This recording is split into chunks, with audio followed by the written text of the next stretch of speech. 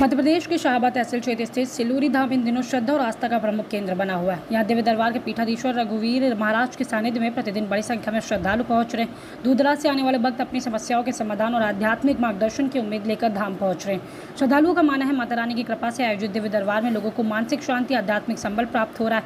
यहाँ आने वाले अनेक भक्त अपनी परेशानियों का समाधान धार्मिक अनुष्ठानों में भाग लेकर स्वयं को आध्यात्मिक रूप से समृद्ध महसूस कर रहे हैं। धाम में निःशुल्क सेवा कार्यों के माध्यम से जरूरतमंद लोगों की सहायता भी की जा रही है। तो इन आयोजनों का उद्देश्य समाज में धार्मिक जागरूकता, सामाजिक समरसता और सांस्कृतिक मूल्यों को मजबूत करना बताया जा रहा है।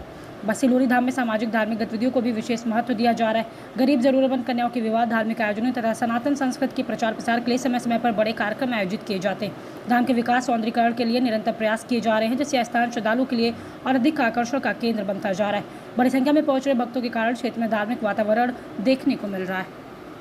महाराज जी, जिस तरह से आपका दरबार देखा जा रहा है, तो कब से आप दरबार लगा रहे हैं और कितना समय हो गया? किस देवी देवता के नाम से आप दरबार लगाए? हमारा दरबार चलते हुए सोशल मीडिया पे 5 से 7 साल इसको सोशल मीडिया पे हो चुके हैं और ऑफलाइन लगभग 12-13 साल से ऑफलाइन चल रहा है। ये पहले सूक्ष्म तरीके से था, सोशल मीडिया पे 5 से 7 साल इसको लगभग हो गए। किस देवी देवता का आपको? देवता का माता जी यहाँ पर स्वयंभू प्रकट है, काली माता स्वयंभू प्रकट के उसके आदेश के अनुसार ये दरबार चलता है। जो आज आप लोगों ने देखा होगा, जितने लोग आ रहे हैं, जिनके पर्चे बन रहे हैं, जिनकी मनोकामना लिख रहे हैं, ये माता जी यहाँ पर स्वयंभू प्रकट है और माता जी की कृपा से ही ये दरबार चल रहा है और बालाजी महाराज की कृपा से। जैसे देखते हैं कि आप किसी के बारे में आप बताते हैं या लिख लेते हैं पहले से महाराज जी, तो कैसे आप बताते हैं? कौन बताता है? हमें माता जी बताती है। माता जी प्रेरणा देती है। जैसे आप लोग आए हो, जैसे आपने अभी पूरा कवरेज किया होगा, उस कवरेज के अनुसार हम लोगों को बैठे बैठे कोई आदेश कर देती है, फलाने व्यक्ति को डाले और उसकी ये समस्या है, उसका ये यहाँ से आया, उसके पिता का नाम, उसकी पत्नी का नाम या उसकी माँ का नाम ये, या उसकी जन्म तारीख ये, उसका पासपोर्ट ये, जो भी प्रेरणा लगती है वो माता जी की कृपा से लगती है। जिस तरह से देखा जा रहा है, अब दरबार हर जगह चलाए जा रहे हैं, तो लोगों ने इस दरबार को दुकानदारी बोल दिया है। आप किस उद्देश्य से मानते हैं इसको?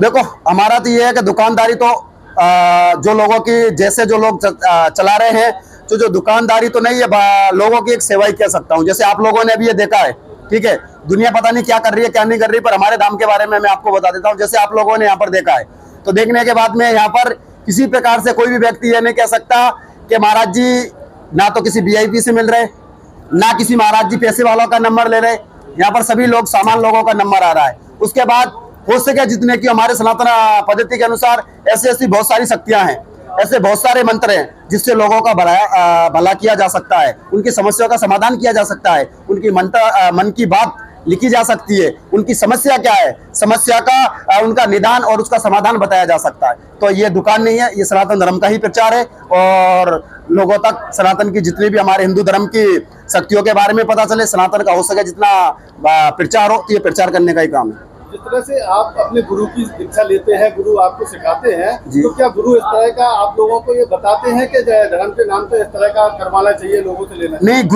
गुरु का ही आदेश होता है, गुरु ही बताते हैं हम लोगों को। गुरु ही कहते हैं कि भाई जहाँ पर, जैसे अभी मेरा ये सिलोरी धाम है, तो यहाँ पर मेरे गुरु जी के कहने के आदेश पे ही हम लोग बैठे हैं, क्योंकि गुरु जी का आदेश है। यहाँ पर बहुत सारे दिन दुखी लोग हैं, बहुत सारा धर्मांतरण हो रहा है, तो आपको इस जगह पे बैठना चाहिए, बैठकर लोगों का भला करना चाहिए। ये सिद्धि है, इस सिद्धि का हो सके जितने लोगों तक पहुंचे, इसका हो सके जितने लोग इसका फायदा उठाए, ये गुरु जी का आदेश होता है। उसके आदेश के अनुसार ही बैठे। उसके बाद में भी इन सिद्धि से कोई भी भगत, जैसे आप लोग हुए, किसी ने 100 चढ़ाए, 200 चढ़ाए, 500 रुपए जो दक्षिणा चढ़ाते हैं, उन दक्षिणा का भी सदुपयोग हो। जैसे अभी भंडारा चल रहा है, देखा होगा आपने, भंडारे का काम चालू है। इससे पहले 2025 में 12 बेटियों का विवाह हुआ है। अभी हमारे श्री सिलोरी धाम में 51 बेटियों का, वो भी पूर्णतः निःशुल्क विवाह है। तो इनकी दान राशि से उनका विवाह कराया जाए, समाज का भला हो इन शक्तियों से। ये गुरु जी का आदेश होता है, यही माता जी का आदेश होता है, यही माता जी की प्रेरणा होती है। जिस तरह से देखा जा रहा है, आपकी वीडियो पे बार बार आपका दिखाया जाता है, आपके द्वारा बताया जाता है कि लोगों को आप सिखाते हैं, सिखाते हैं, आपसे सीखते हैं, लेकिन जिस तरह का देखा जा रहा है कि चर्चाएं होती हैं कि उनसे कुछ उनकी पूजा की या किस बारे में उनसे कितनी सुविधा शुल्क ली जाए। हाँ, जैसे देखो, मान के चलो, हम बच्चों को भारतवर्ष के अंदर मेरे कम से कम हजारों बच्चे दरबार चला रहे हैं। जितने पर्चे लिखने वाले ऑफलाइन में मेरे पता नहीं 2-5-10 हजार बच्चे होंगे। आज से नहीं, 5-7 साल से हम बच्चों को इस बारे में ट्रेनिंग देते हैं, बच्चों को सिखाते हैं, क्योंकि हमारी सनातन पद्धति है। हमारी सनातन पद्धति के अंदर मंत्रों द्वारा उपचार कैसे किया होगा, मंत्र चिकित्सा से लोगों का ठीक कैसे क्या होगा, ये हम लोग बच्चों को सिखाते हैं। सिखाने के बदले हम लोग उनकी जो पूजा पाठ या खाना पीना, रुकना और जो हमारी गुरु दक्षिणा होती है, साधना का शुल्क बोलो या गुरु दक्षिणा बोलो, जो हमारी होती है वो हम लोग नॉर्मल उनसे किसी से 2000, 5000, 7000 जो हमारा बनता है यहाँ पर, उनके लिए कपड़ा, सामग्री पूजा की, उनके लिए माला, आसन वगैरह, गोमुखिया वगैरह, और यहाँ पर किसी प्रकार की जो साधना में जो सामग्री उपलब्ध होने वाली है वो सब सिलोरी धाम से उपलब्ध की जाती है। तो जैसा शिविर होता है उसके आधार पे ही हम लोग बच्चों से उनका छोटा मोटा सेवा शुल्क लेते हैं, ताकि उनके खाने पीने की व्यवस्था और धाम पे जो काम निर्माण का चल रहा है उसमें ये लग जाए। लोग आते हैं बड़ी उम्मीद से, गरीब भी आते हैं, बेरोजगार भी आते हैं, ऐसे लोग भी अमीर भी आते हैं जी। लेकिन कुछ लोग ऐसे आते हैं कि पर्ची नहीं कटवा पाते हैं। लेकिन आपके धाम पे जिस तरह से देखा जा रहा है कि 200 रुपए से शुरू पर्ची है, तो क्या डॉक्टर की पर्ची में और आपकी पर्ची में क्या फर्क है? देखो ऐसी बात है कि अभी हमारे यहाँ पर आप 200 बोला, ये कितना है, कितना इसमें 100 रुपए बोला, तो 100 भी कटवाइए, जरूरी नहीं है कि 200 दो, 100 दो, कोई 50 भी दो, कोई 11 रुपए भी दो, कोई 21 रुपए भी दो, कोई 50 दो, 500 दो, 1000 दो, ये तो लिमिट नहीं है, तो धाम है।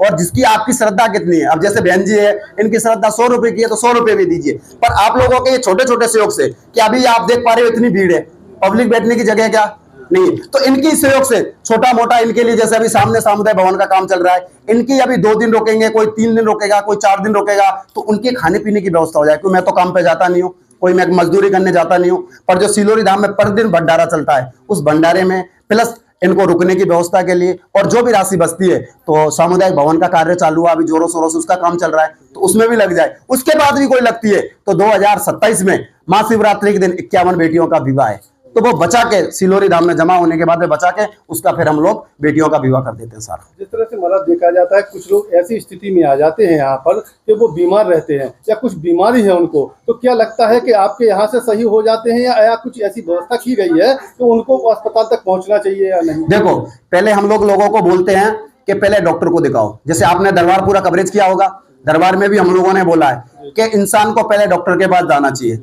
डॉक्टर के पास जाने के बाद में उसको अगर लगता है कि डॉक्टरों की दवाई, जैसे आप लोग देख रहे हो हम 5 साल से इलाज करवा रहे हैं, डॉक्टर से 8 साल से करवा रहे हैं, कुछ 4 साल ऐसे भगत आप लोगों ने देखे होंगे।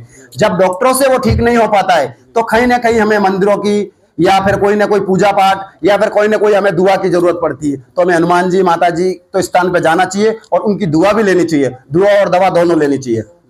मध्य प्रदेश में जिस तरह से देखा जा रहा है कि संत 2 ही देखने को मिलते हैं, कि एक देखे जाते हैं कि एक संत है, वो बताते हैं आधार कार्ड का नंबर बता देते हैं, पैसे बता देते हैं, नंबर बता देते हैं। एक यूट्यूब के द्वारा एक वीडियो के माध्यम से आपका देखा गया है, तो कैसे बताते हैं आप? देखो ये शक्ति की प्रेरणा लगती है।